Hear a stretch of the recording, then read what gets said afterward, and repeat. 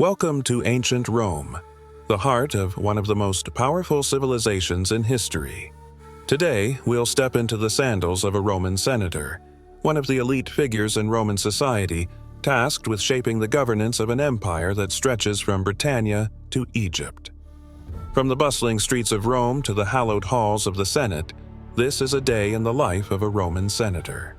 The first rays of sunlight filter through the intricately carved wooden shutters of the senator's domus, or urban mansion. The house awakens with the sounds of servants bustling about, preparing for the day.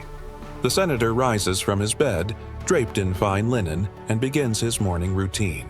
He washes his face in a marble basin with water perfumed with lavender, while his personal slave presents his toga. Donning the white toga praetexta with its purple border, a symbol of his senatorial rank, the senator takes on the weight of his public duties. Breakfast is light, a simple meal of bread, cheese, and fruit. As he eats, a scribe reads out reports of the morning's news, military updates from the provinces, financial matters, and any significant decrees issued by the emperor. The atrium of the domus fills with visitors as the senator holds his salutatio, a daily ritual of Roman life.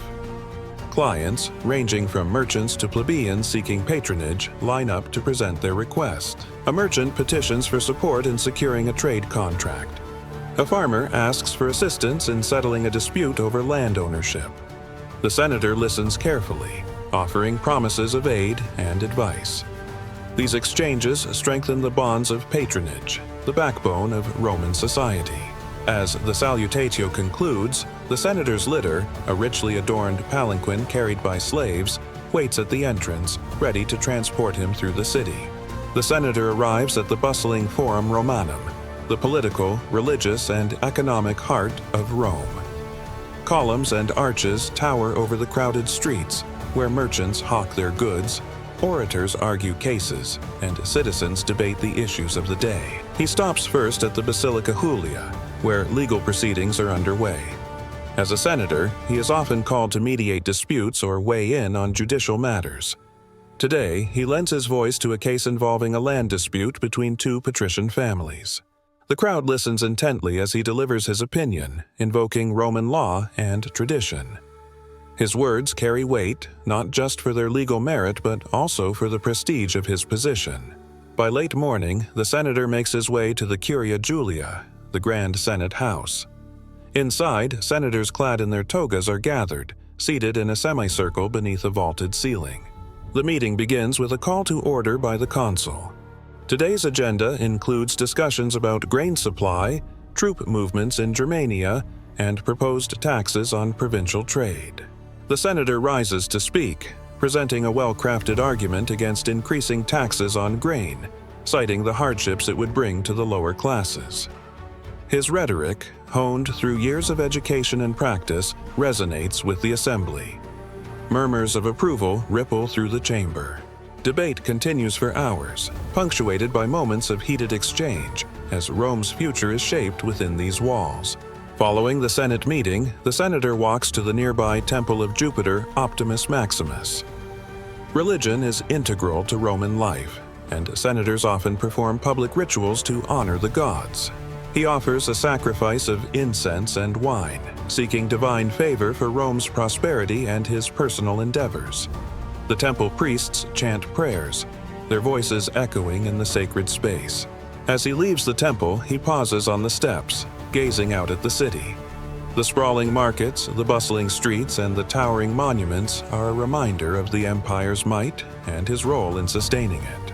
The senator returns home for the midday meal, or prandium, a light affair with bread, olives, and roasted fish. Afterward, he takes a brief rest in the shaded garden of his domus, surrounded by fountains and statues of Roman deities. In the afternoon, he attends a literary gathering at a fellow senator's villa. There, poets recite verses, philosophers debate ethics, and musicians play the lyre. It is a time for intellectual stimulation and socializing with Rome's elite. As the sun begins to set, the senator visits the public baths, a cornerstone of Roman social life. At the Thermae of Caracalla, he moves through the sequence of hot, warm, and cold baths, relaxing his body and mind.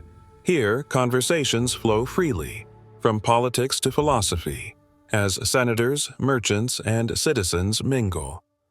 The baths are a place of camaraderie and a reflection of Roman culture's emphasis on both physical and mental well-being.